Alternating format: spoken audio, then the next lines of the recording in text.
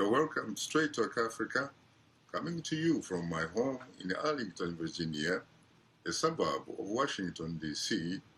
I am Shaka Sali, and today we reflect on the significance of the concept of Pan-Africanism.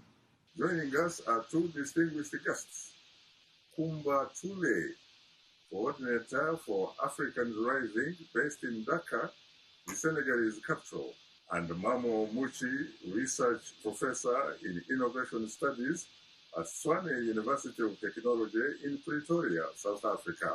Kumba and Mamo, I must say that I'm profoundly honored and exceedingly humbled to have the opportunity to host you for the first time on this special edition of Straight Talk Africa. Thank you so much. I am happy and honored to be here. You're most welcome. Thank you very much also. This is a great opportunity to have a very relevant discussion on where Africa has been and where Africa is going. Thank you very much. You're most welcome, Professor Mamo Muchi.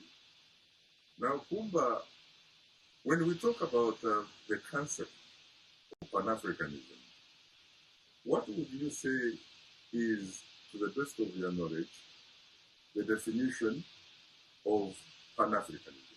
If I have to say what Pan-Africanism is, from where I'm standing today as a movement coordinator for the Pan-African movement, Africans Rising for Peace, Justice, and Dignity, it is a movement. For me, Pan-Africanism is a global, it's an international movement that really aims to build solidarity among Africans, not only Africans in the continent, but Africans outside of the continent. And we claim every African, we claim everyone who's of African descent as part of one people with a shared history. We also share many things in the present, and we share a future. So it is a movement, a solidarity movement. It is a resistance movement. It is a movement about justice, so that every African, every person of African descent, wherever they find themselves on the face of the globe, and no matter what the circumstances are that took them there or have them there, that they have a right to dignity. They have a right to joy and to peace. This is how I define it today. At Africans Rising, especially claim those who are rising, those Africans who have that consciousness of justice and are working for that solidarity and for that change. What about you, Professor Mamo Muchi? Yes. Yes. What is your definition, or what do you understand by the concept of Pan-Africanism? What did we Africans face throughout our history? We faced slavery first, then colonialism, then imperialism, and after independence in the 1960s, neo-colonialism. We have not reached to the stage of post-colonialism yet. When this happened to us, these dangers were imposed on us, they did not divide us in terms of, they just said Africans, they just described us like that. They called us pagans, people who don't know how to know anything, knowledge, many things like that. They rejected us. Intellectually, they attacked us through spheres. So what we need Pan-Africanism is actually for us to actually reject completely this colonial project. The most important one is the Berlin Conference. When the Berlin 84-85 conference happened, what did they do? The Europeans did. Part of us, Spanish. Part of us, Portuguese. Part of us, French. Part of us, German, part of us British. Then they also did part of them Italian. That's what they tried to do, detected. What we need is a vision, a mission, an identity project that actually allows us to come together. So what does it mean to be Pan-African? Pan-African must mean, trust me, for Africans to learn, to unite, to trust each other, work with each other, and not to enter into conflict on borders cynically drawn by the colonial powers. That has to be rejected completely. To reject it, we need to unite. If we don't unite, we can't reject the borders. But what have we been doing over these many coup d'etats, fighting, conflict, civil wars, many things we have been doing? This has to be rejected completely. If we don't do this, we are not Pan-Africanists. So Pan-Africanism for me is Kwame Nkrumah. Either we unite or we perish. With unity, Africa has a future.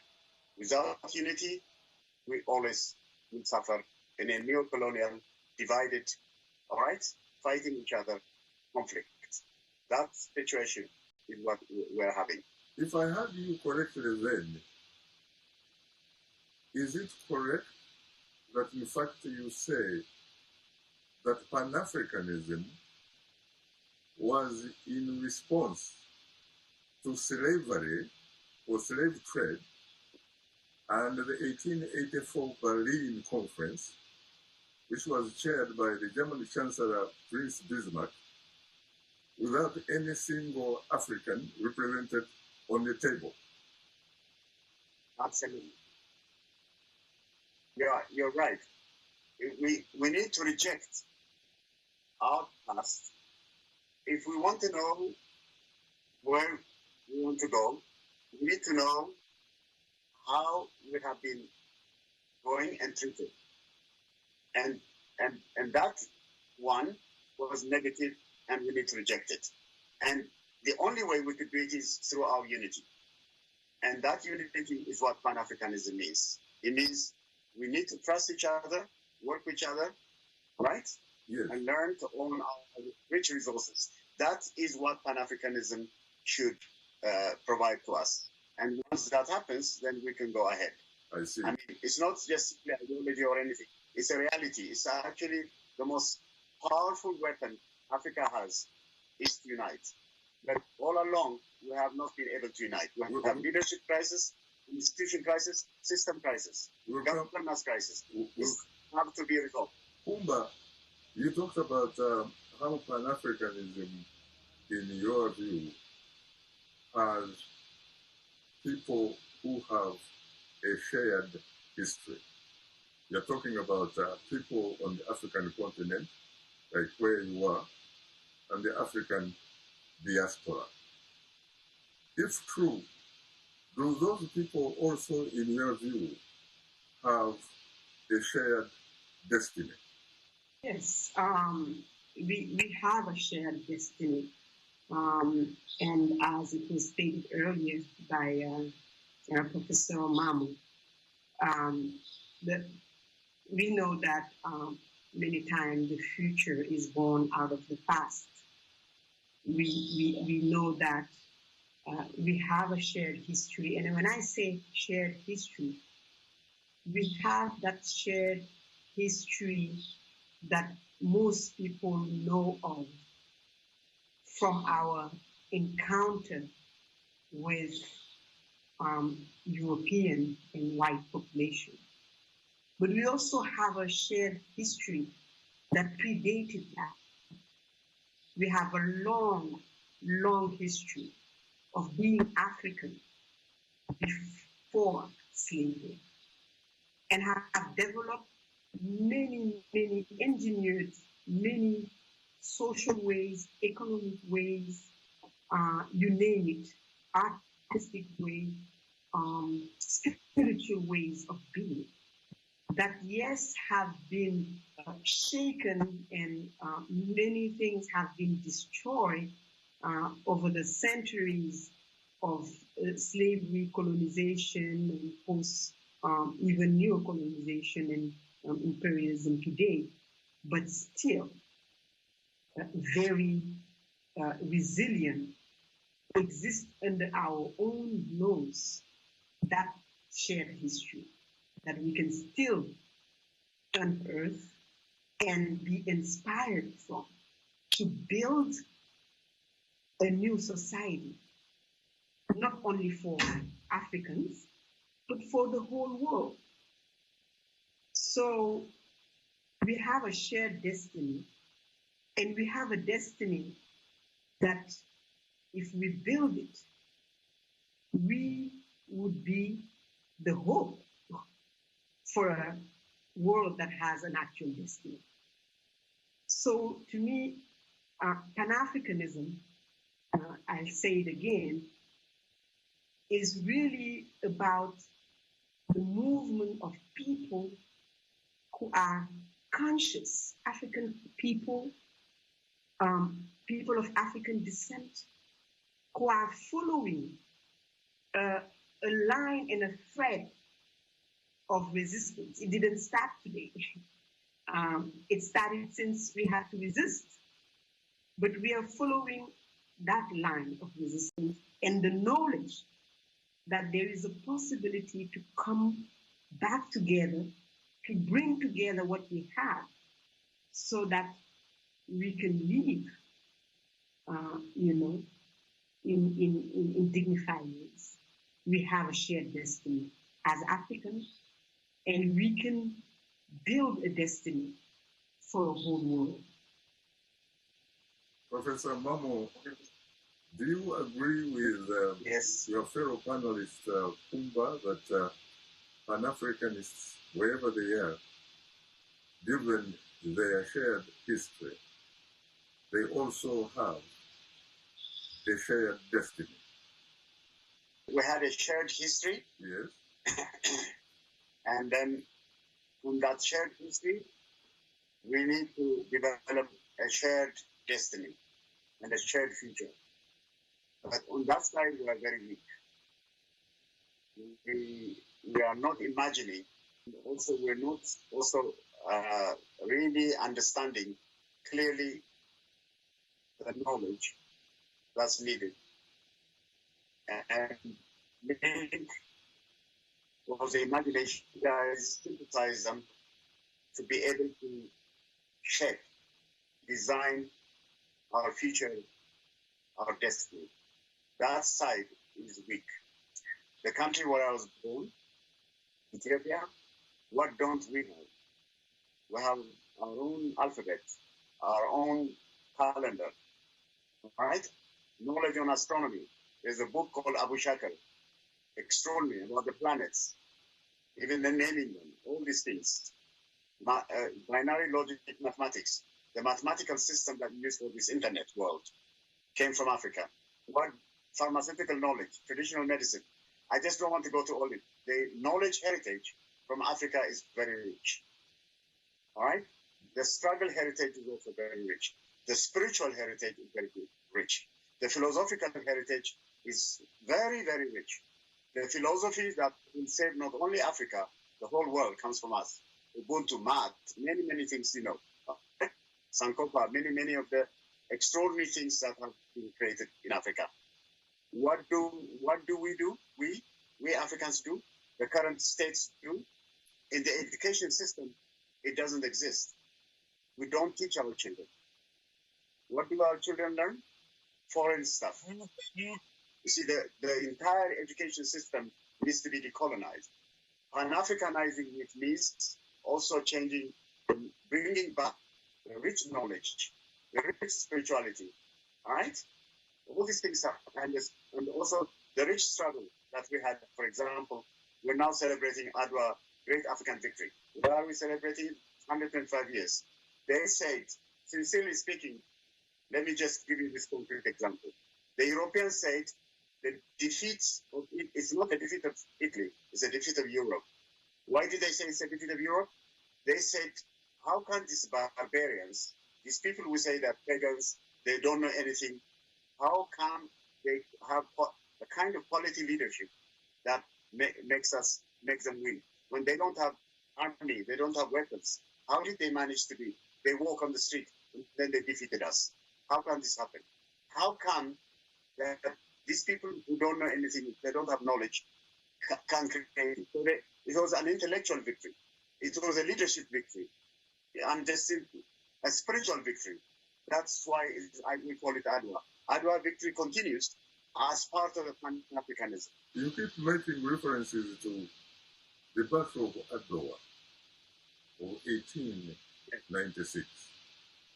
But you do not give us the context in which Adwa becomes very important in African history and therefore in Pan-African history, especially because you are talking about a time when the gallant sons and daughters of Ethiopia defended their territory against the invasion of Italy.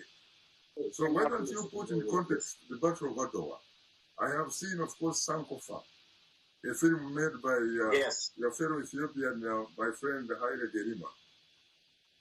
Please put Sankofa in context for our audience. What was the Battle of Adwa really and its Pan-African significance?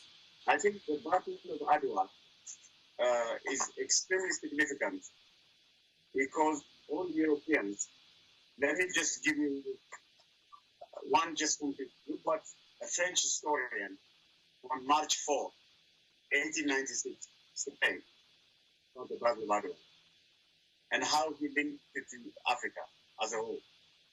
The defeat of the Italians by King Menelik is an event which you should keep in your memories forever. It is the waking up of Africa to meet what has been hitherto the disdainful seizure by Europeans of these countries, which we call barbaries. It must not be forgotten that in many of these countries, now reverted to barbarism, there formerly existed an extremely advanced civilization, and that Ethiopia in particular enjoyed throughout Africa great renown for its refinement and wealth. The defeat of the Italians by Menelik would be remembered in history forever. This victory will arouse the spirit of the Africans, who until today have been treated with contempt as pagans. Menelik's victory is a victory of all of Africa. This kind of commentary is going to be strongly evident in the future, since it travels fast with the wing of air across the desert. The news is known now from end to end in those African countries. In the future too, since it's known that Africa defeated Europe, it will create a sense of defense and raise the level of consciousness of millions of Africans.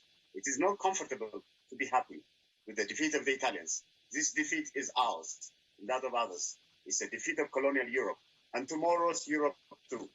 You see, how come he actually expressed it as Pan-Africanism? And he's a French historian who's angry that by the defeat of Europe. And he says, it's not just a defeat now, it will be a defeat also tomorrow. Meaning Adwa victory, with great African victory continues. Why we say it like that is the following. Please understand me carefully. At the Berlin Conference, when they divided Africa, they allocated, it's the European, the people who were in that meeting that allocated to Italy this, what they now call Horn of Africa. Somalia, Djibouti, Eritrea, now Ethiopia. Mm-hmm. Yes, they allocated it like that. Then when this defeat happened in half a day, it's extraordinary. What did they say? All of Europe, you will not believe it. The President Thabo Mbeki gave a brilliant lecture on the 125. And he covered how the world press covered it. You know what they said? This is a defeat of Europe and a defeat by Africa over Europe. How can these people who know nothing, and it's also an intellectual victory, they say.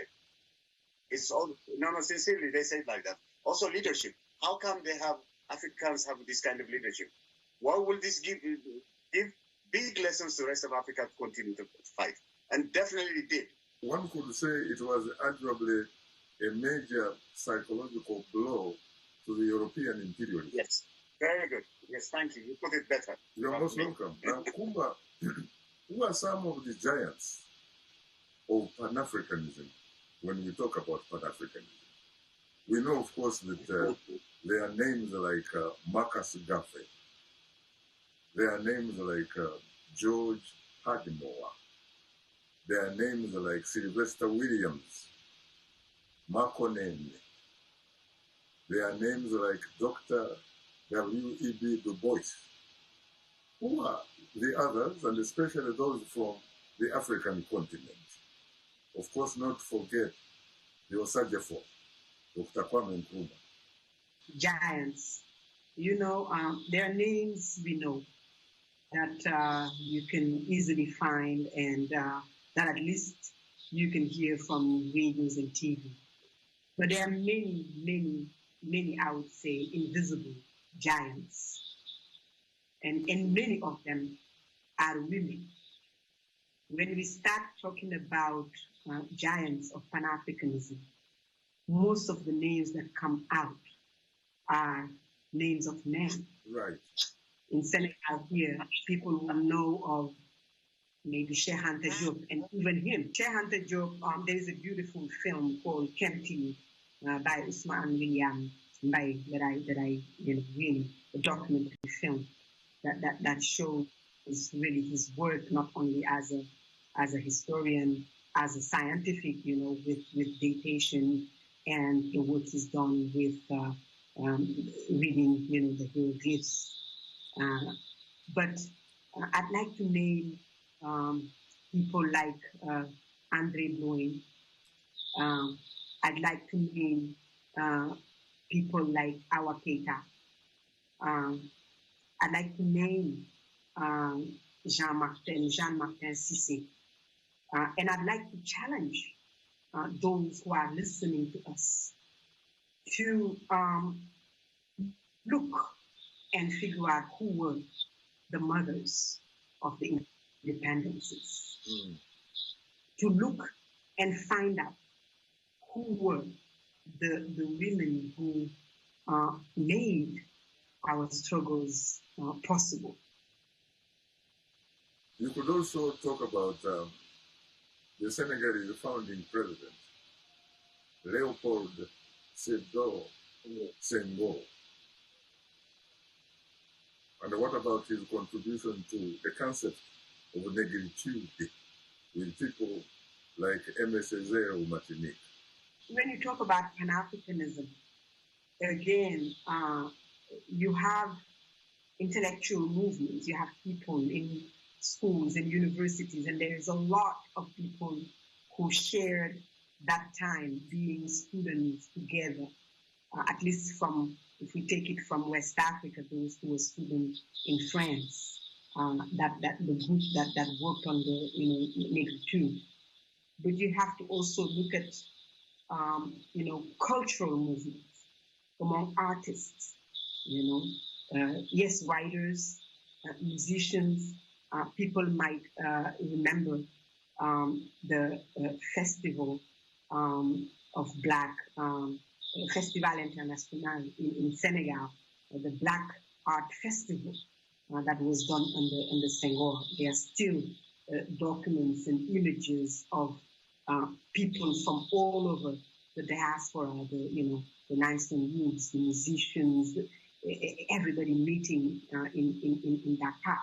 So there is and there has been an artist movement for Pan-Africanism. You also have the political movement.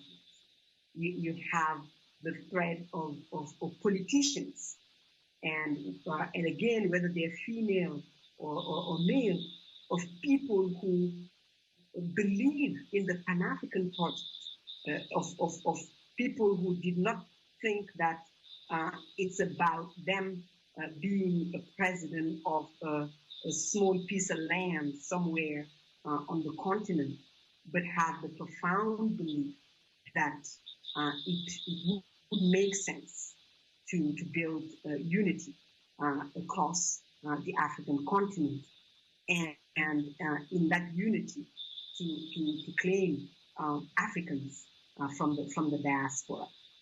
So yes, we need to take, when we speak of Pan-Africanism, we take account of all of the pieces.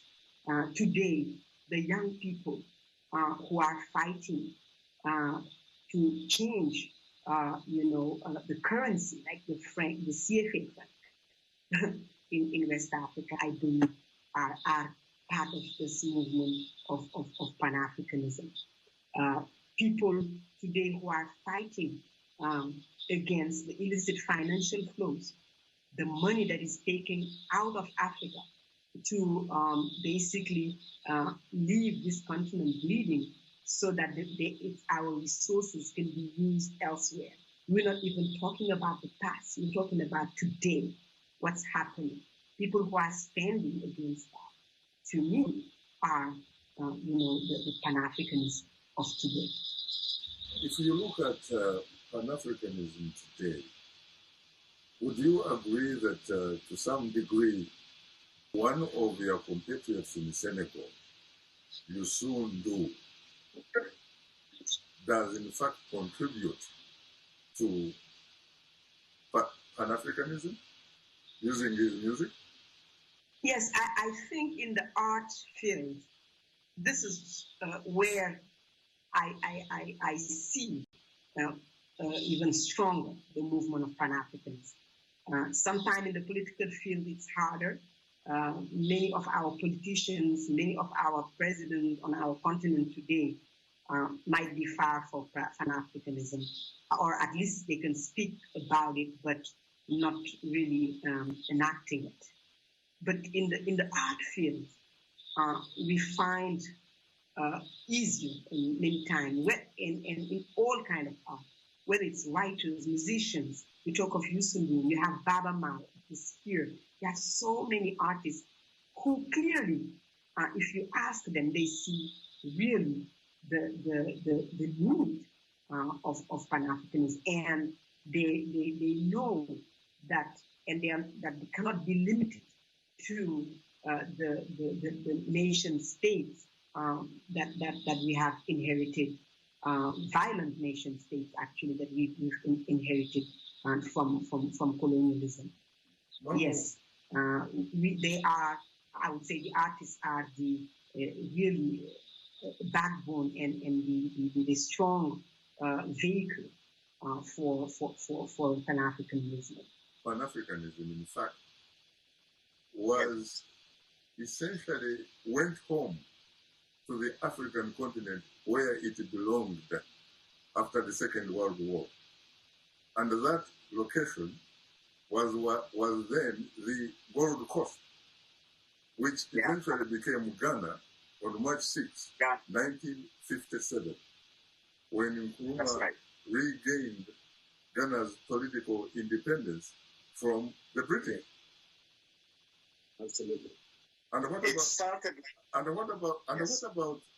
about the significance of the statement made by Kwame Nkrumah challenging the Ghanaians that the independence of Ghana would be meaningless unless it was linked with the total liberation of the rest of Africa.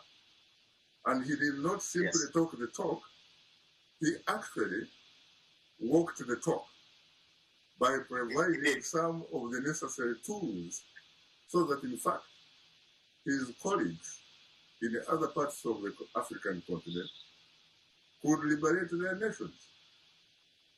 Yes. No, he was amazing. He was a genuine Pan-Africanist. And it's amazing what he said. I just want to tell you what he said when he was going to London, from London to America, Lincoln University. He saw the Italians attacked Ethiopia. Look what he said. At that moment, it was almost as if the whole of London had declared war on me personally. For the next few minutes, I could do nothing but glare at each impassive face, wondering if these people could realize the wickedness of colonialism, and praying that the day might come when I could play my part in bringing about the downfall of such a colonial system. My nationalism surged the fall. I was ready to go to hell itself, if need be, in order to achieve my object. That's what he said. What it means is he genuinely was Pan-African. He felt Ethiopia was attacked by the Italians. He felt as if he was going to hell. He could not understand all these people. He said by saying that he was passing by London, and in London he heard the news that Ethiopia is attacked by Italian fascists. Then he reacted like that. So Kwame Nkrumah was genuinely Pan-Africanist. But look what happened. What did they do to him? You are watching Straight Talk Africa, and we'll be right back with you. So please don't go away.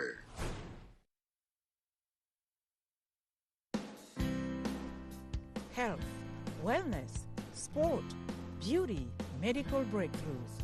Healthy Living cares about your well-being. What are the main health concerns in Africa and around the world? Find out the latest on coronavirus. Connect with our experts and ask them questions. How long does the virus stay? Join me, Linor Mudu, in Washington every week on Healthy Living, right here on VOA. You're welcome back to Straight Talk Africa, and today we reflect on the significance of the concept of Pan-Africanism. My guests are Kumba Tule, coordinator of Africans Rising, and from South Africa, Mamo Muchi, research professor in innovation studies at Tshwane University of Technology. Modern-day Pan-Africanist at the time was Colonel Gamal Abdel Nasser of Egypt. Yeah. You agree? Yes, I always have to bring us back maybe to today also.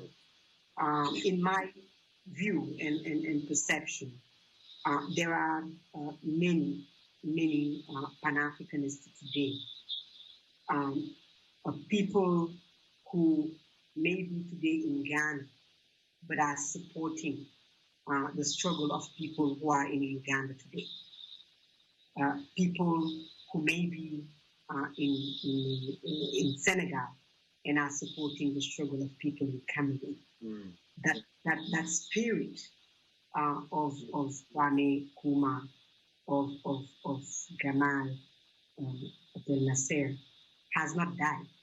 It has multiplied.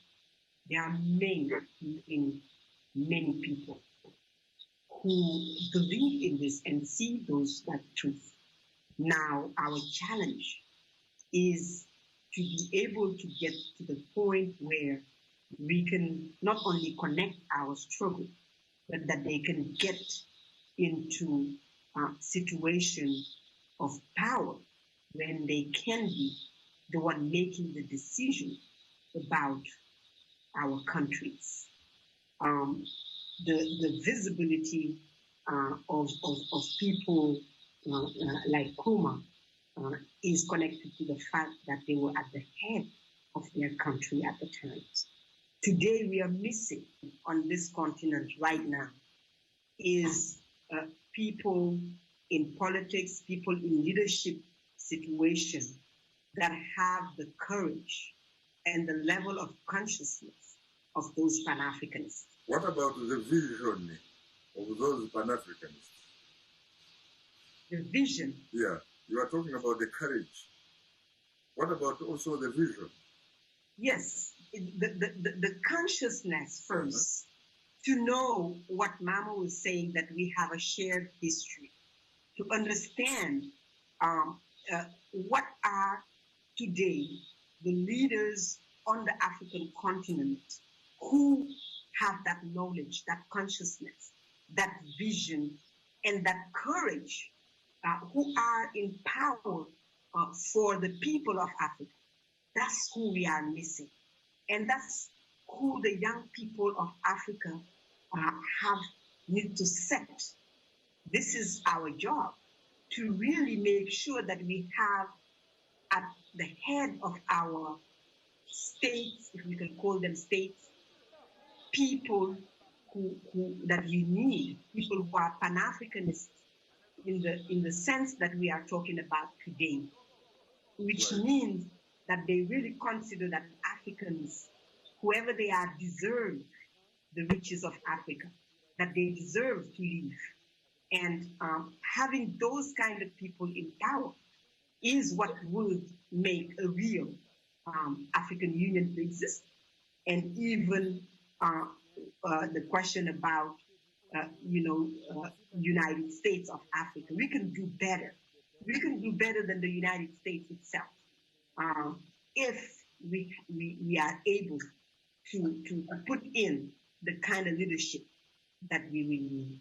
I was wondering, Momo, what would you say are some of the most important accomplishments by the Pan-Africanist movement or the Pan-African movement so far?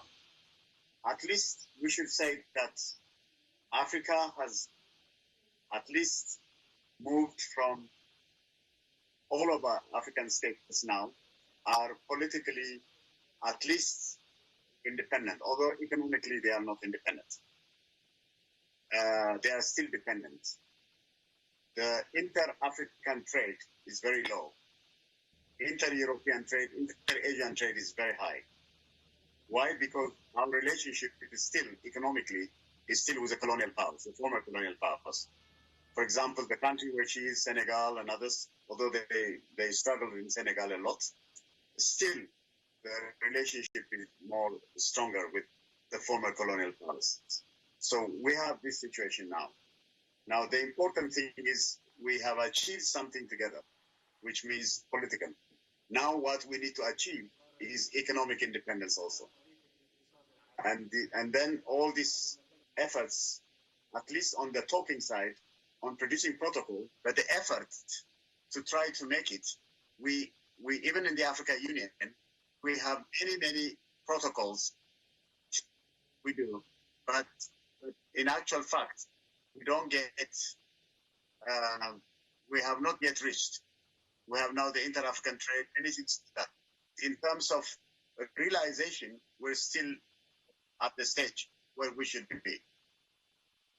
Kumba, the Organization of African Unity, which was founded in 1963 with the mandate or the goal of making sure that the entire African continent is politically decolonized.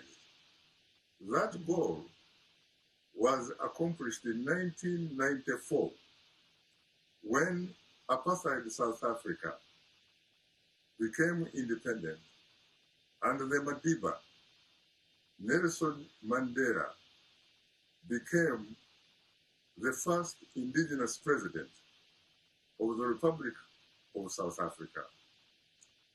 Now, the OAU has since been replaced by the African Union, whose goal is to bring about economic independence. What are your expectations of the African Union to accomplish its goal of bringing about economic independence for Africa? I have extremely high expectation of the African Union about liberation of this continent. And yes, when we talk about liberation today, and we talk about economic liberation, we mean that the riches of the African continent serve the African people first. We know that today, though, with the type of leadership that we have on this continent, we don't think that it's going to be very easy to get to that, because many of our leaders would rather serve those who are oppressing us. We said it earlier, we are lacking that vision, that courage. So the big job and the big work on this continent is to put in leadership people who are ready for African liberation in all of the senses of the word. And economic liberation doesn't happen alone. It happens with political liberation. Yes, there are independencies. And yes, we have big wins, with the anti-apartheid movement, with the fact that at least we don't have, you know, friends being settled in Senegal and be the people that we have to respond to directly. But even our political liberation is not complete. The colonial project has taken a different form. It happens behind doors, and it is our own people that are used against us. Today, it's a challenge for an African who believes in Africa, who is a Pan-Africanist, who is someone who wants to make change happen, to be able to succeed, to be in power in an African country, let alone to stay there long enough to be able to push something different at the African Union. But change is on the way. It's going to happen. The same way people at a time didn't think that slavery would ever end, or the same way people at the time thought that the colonial project will never cease, the same way they thought that apartheid is the way to be and will be forever, the same way today people think that this world economic model that is enslaving us, people think that this is the way and it will continue. But we know that it will come a day when it will change and it will crumble, and we will work every day, every time, everything that we have, we will put it in there to make sure that that change also happens. Luckily, critics say that the only constant is change.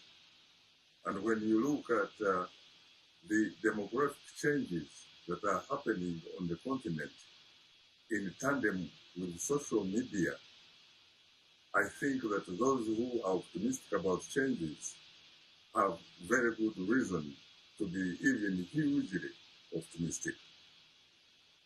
What about you, Mamo? What do you think should happen in order for the African Union to deliver economic liberation for Africa, so that the people of Africa become the beneficiaries of their God-given wealth? Thank you. Thank you for the question, but our sister has explained it very nicely. And I just want to continue on her ideas.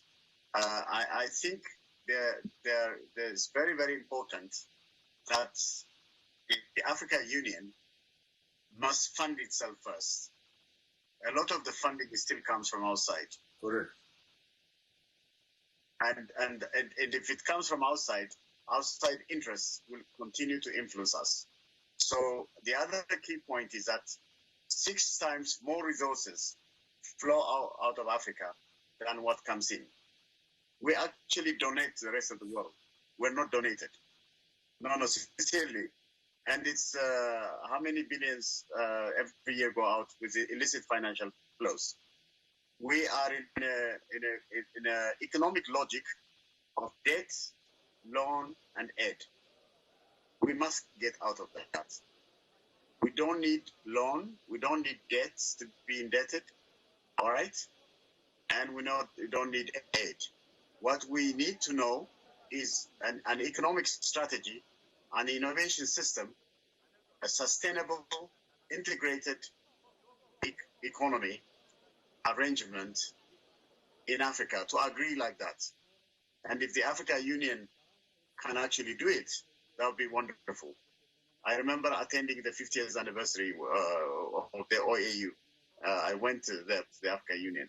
But the discussions people were making were not practical, what I saw. Very good to produce protocols, but actually action-oriented ideas, not easy. For example, look whatever you say about Gaddafi, I mean, he wanted to create the African Afro. He actually had enough goal where he said Africa does not need the World Bank and the IMF, it creates its own World Bank and IMF, the African one. So when that happened, what did they do? Sarkozy and others, they fought him and they killed him. And now look at what's happening into Libya. What we have in Africa is genuinely, as my sister said it, the leadership has to change. And as you also said it, we need leaders that serve the people, that serve Africa. For example, Thomas Sankara, what did he do? He reduced his salary by half. He did not want Mercedes-Benz cars. He used to walk. We need service, public service, not pocket service. We don't need, not people for money. If they do like that, then they get connected to all these external actors, and then don't really value Africa and our people. We need leaders that value the people and Africa. We need that. Even oppressed humanity in the world with our Ubuntu values, you know, with the value that we have, the philosophy that we have so rich that will save the world comes from Africa. We have originated it. We don't practice it here. So I think what you are just asking is very important. At the moment, the economic challenge on us is very, very strong. When we have the richest resources on this planet, who takes it? Who owns it? What are the companies that do it? External companies, the mining sector, everything. I'm simply saying to you is that unless we change this, and when we are uniting, we need economic unity too.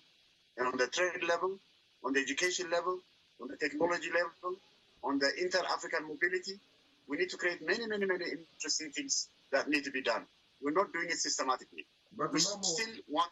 But yes. Mamo, when you look at the African continent, and we are talking about the needed leadership that can get the continent out of these problems, how can you possibly have that type of leadership with the sort of elections or selections, some might say, that African countries go through? There are not so many Senegals on the African continent which hold free, fair, transparent, credible elections.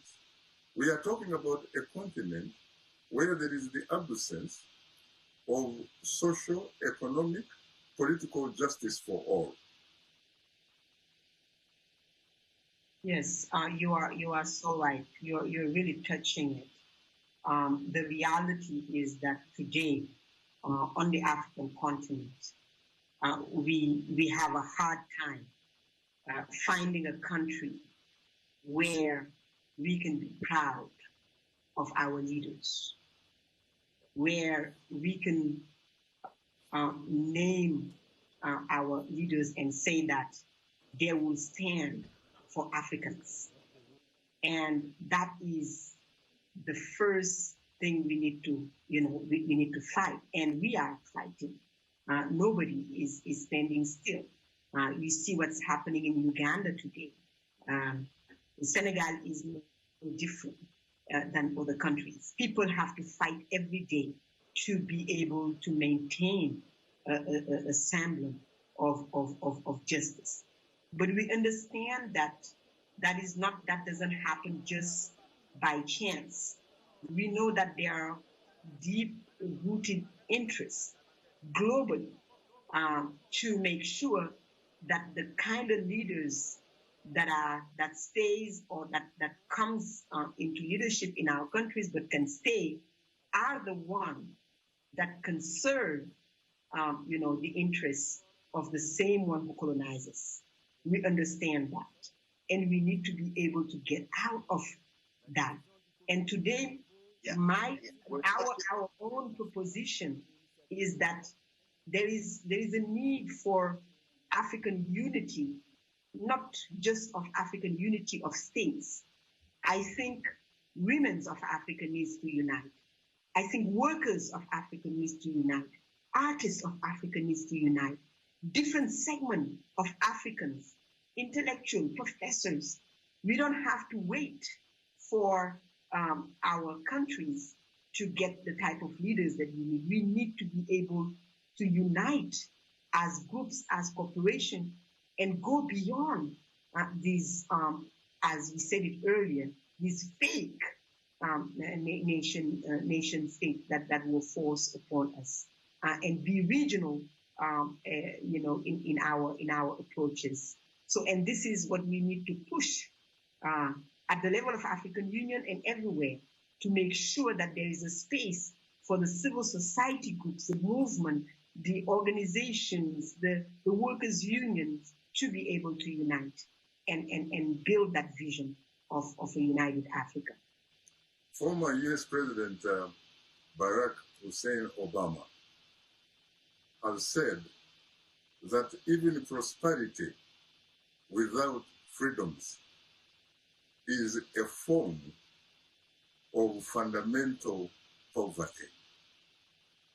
How do you react to that?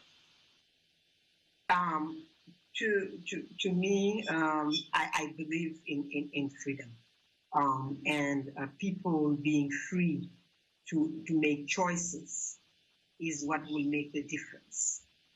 There will be no prosperity without freedom. People have to be able to participate to the governance of their own lives, what belongs to them, how it needs to be used, what they want to do or don't want to do about their lives. When the prosperity is for all, of course, freedom is a component of it. For women, for young people, for people of different genders, different ethnicity, everyone needs to be free. And without that, there is no meaning to any prosperity. Thank you. What about you, Momo? I think the important thing is for us to also not ignore our own rich traditional knowledge about governance. Also, we should learn something from. We should contextualize it in the African setting. What are the kind of things that have been very useful, instead of now copying these Western political parties, forming so many political parties, all right, and then competing with each other, and then building political parties on the basis of ethnicity, on many things like that. Again, all these political parties getting foreign support and foreign interests and dividing us. No, this is not freedom. This is oppression. I'm telling you. What? Just give me a concrete example. I give you a concrete example. I'm not saying we should be like China, but China had two things. When they were Marxists, they used to give it to what they call Chinese characteristics. And when they, for something like 30 years, they did not want to link with the rest of the world. They want to sort themselves out. They need to find themselves out. We need in Africa something like that. And then what did they do? After 30 years, in 1978, Deng Xiaoping said, let's open our economy.